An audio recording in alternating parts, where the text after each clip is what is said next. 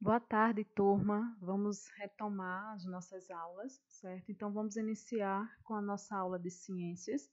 Então, a gente vai falar sobre o ar, né? E a gente vai ter lá no nosso livro, na página 258, 259, para ser mais específico, que é de que o ar é formado, e a gente vai falar também sobre a poluição do ar. Esse conteúdo ele é bem rapidozinho, bem prático, certo? Então vamos lá. Antes da gente iniciar falando sobre o conteúdo específico, a gente vai ver aí, ó, sobre a criação de Deus. Então a gente vê dois versículos. No primeiro versículo, a gente tem Gênesis 1, versículo 1, que diz o seguinte: No princípio, Deus criou os céus e a terra. Por que eu estou iniciando com um versículo? Para a gente entender que tudo o que existe foi criado por Deus, inclusive o ar. Então, tudo o que nós temos é porque Deus nos forneceu em sua criação. E para a gente ver o quanto Deus é soberano, né? Que a sua criação foi tão perfeita que ele pensou em cada coisa antes de ser criado. Se vocês forem ler Gênesis todo, né, a parte da criação, Gênesis 1, vocês vão ver que toda a criação de Deus, ela foi pensada. Então Deus criou o firmamento, Deus criou, né, as águas e fez a separação entre as águas do firmamento e a água do céu. Então, cada coisa específica ela foi pensada antes de ser criada.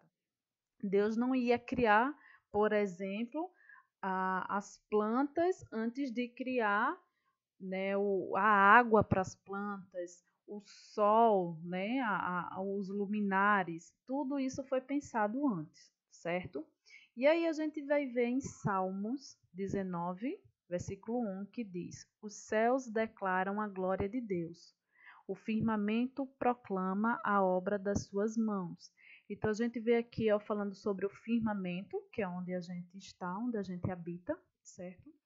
Então a gente vê que tudo o que foi criado tem que ser dado glória a Deus, pela sua perfeição, pela sua obra, por toda a sua criação. E é a partir daí que a gente inicia falando sobre o ar. Então, a gente vai ver que o ar ele existe em várias formas. Vocês vão ver aí a imagem do nosso planeta Terra. E essa parte brancazinha aí, ó, é a atmosfera, certo? É justamente onde o ar ele fica, né? Em todo o nosso planeta, mas também sobre a atmosfera. A gente vai ver também o ar em forma de vento, mas a gente vê também que o ar, ele existe também dentro da gente, né? Se o ar não existisse, a gente não sobreviveria, a gente não existiria, porque a gente precisa dele para sobreviver, para respirar, certo? Então essas são aí algumas formas onde o ar pode estar, seja no nosso planeta, em forma de vento ou até em nós mesmos, certo? Então, o ar, ele vai ser, assim como a água, o ar ele é incolor, inodoro e insípido. O que é isso? Incolor não tem cor. A gente não consegue ver o ar. Ele é inodoro, ele não tem cheiro, certo? A gente não sente o cheiro do ar. E ele é insípido, ele não vai ter gosto. A gente respira ele, ele entra pelos nossos narizes ou até mesmo pela nossa boca, mas a gente não sente o gosto do ar, certo? Lógico, gente, que esse ar que a gente está falando incolor, inodoro, insípido, ele é um ar puro, certo? Se o ar ele tiver poluído, a gente muitas vezes vai ver que o ar ele fica cinza. Por que que isso acontece? Por causa da poluição, né, do meio ambiente. Então, a fumaça. Então, toda essa fumaça, seja porque a gente fez alguma fogueira, ou porque o carro soltou, liberou essa poluição, então isso faz com que o ar ele possa ter cor, certo? Mas por quê? Por causa da poluição. E aí a gente vai ver que o ar ele é formado de 3 gases. O primeiro gás que a gente vai ver aí é o gás oxigênio, certo? Que eu acho que vocês já ouviram falar muitas vezes do gás oxigênio. Por quê? Porque é através do ar oxigênio que a gente respira, então a gente faz aquela respiração, puxa o ar para dentro. Também é formado pelo gás carbônico, certo? E o gás carbônico a gente solta, então a gente respira o gás oxigênio e quando a gente solta o ar, é o gás carbônico, certo? E a gente vai ter também o gás nitrogênio. Esse gás nitrogênio, ele vai entrar e sair do nosso corpo, né? Ele não vai ter finalidade na nossa respiração. Ele entra e sai sem que a gente perceba ou de uma certa forma sinta falta na nossa respiração. Porém, o gás nitrogênio, ele é importante sim, porque dentro do nosso corpo existem partículas que é formada pelo nitrogênio. E para a gente adquirir esse nitrogênio, esse gás, que é essencial também para o nosso corpo, a gente consome ele através de alimentos, né? Porque se na respiração o nosso corpo não absorve ele, então muitas vezes a gente adquire esse nitrogênio através dos alimentos. Por que através dos alimentos?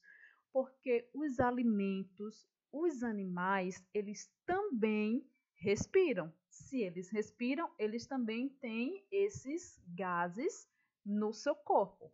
No oxigênio para respirar, o carbônico soltando o ar e o gás nitrogênio que eles consomem. Então, as plantas, elas nos fornecem esse gás nitrogênio através de alimento.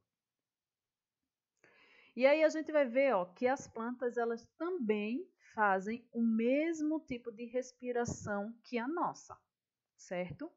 Ela vai adquirir o oxigênio e vai soltar o gás carbônico. Vale lembrar, gente, que a planta ela é essencial e fundamental para o ar puro. Por quê? Porque é através das plantas que a poluição, certo? Ela é minimizada. Então, quando a planta faz a respiração, ela está purificando o nosso ar, deixando ele puro para a nossa respiração. Por isso que é extremamente importante que a gente tenha mais áreas verdes, preservações, né? Que a gente possa ter mais plantas, florestas, né? E combater o desmatamento por causa dessa importância também, né? Porque tem outras importâncias, né? Mas essa é uma das importâncias fundamentais para o nosso planeta. É a respiração, a purificação que a planta faz no nosso oxigênio, né? Quando a gente respira o ar. Então a gente vai ver aí também a poluição do ar. Na poluição do ar, a gente vai ver que nos nossos centros urbanos, então nas zonas urbanas, né, a gente consegue ver uma maior poluição, né? E isso acontece através da nossa fumaça, da fumaça que existe. E como é que existe essa fumaça? Seja porque a gente fez algum tipo de fogueira, né? Seja porque o automóvel, né, deixou lá escapar ar que polui o nosso planeta, né? E aí, essa poluição, ela é extremamente prejudicial à nossa saúde respiratória, né? Então, a poluição, ela prejudica a respiração das pessoas e principalmente a respiração de crianças e idosos, certo? Porque prejudica maior a esse grupo de pessoas, crianças e idosos. Porque essa poluição, imagina que o bebê está ali, uma criança está ali se formando o corpo. Então, os pulmões, eles não vão estar, né, totalmente formados. como de um adulto. E de um idoso, ele já está, a gente sabe que o idoso, tudo vai modificando no corpo até se tornar um corpo mais velho. Então, quando fica mais velho, o pulmão também não funciona mais como o pulmão de um jovem. Então, essa poluição é prejudicial aos idosos e às crianças por esses motivos, certo? E justamente essa respiração pode causar problemas pulmonares, certo? Problemas nos pulmões. Então, a gente vai ver aí, ó, maneiras para eliminar ou reduzir a poluição do ar. Então, a gente vai ter filtros, né? Então, em casas que tem chaminés, aqui no Brasil não é tão comum ter chaminés, mas nos outros países, que são países muito frios, eles usam chaminés para aquecer a casa. Então, é necessário que essas pessoas possam usar filtros nessas chaminés, né? Para minimizar essa quantidade de fumaça. E também esses filtros podem ser colocados nos escapamentos dos carros, certo? Que é justamente para minimizar também uma fumaça. Hoje a gente não vê esses carros poluindo tanto, mas os carros dos anos 90, vocês podem até conversar com o pai de vocês, que eu acho que o pai de vocês, né, já vivenciaram, e pode ver justamente a fumaça que esses carros soltavam, né? Então a fumaça era enorme. Hoje esses carros já são feitos, já são pensados para minimizar essa poluição, tá? Fazer a manutenção dos veículos, né, nos automóveis, para que esse filtro permaneça lá. A gente sabe que tudo que que existe, seja no nosso corpo ou em qualquer outro um objeto específico, a gente precisa fazer manutenção para que ele funcione como novo, né? Assim também é o carro, para que ele não perca esses filtros e comecem a poluir, a gente precisa fazer sempre as manutenções, né? E também fazer as recuperações das matas.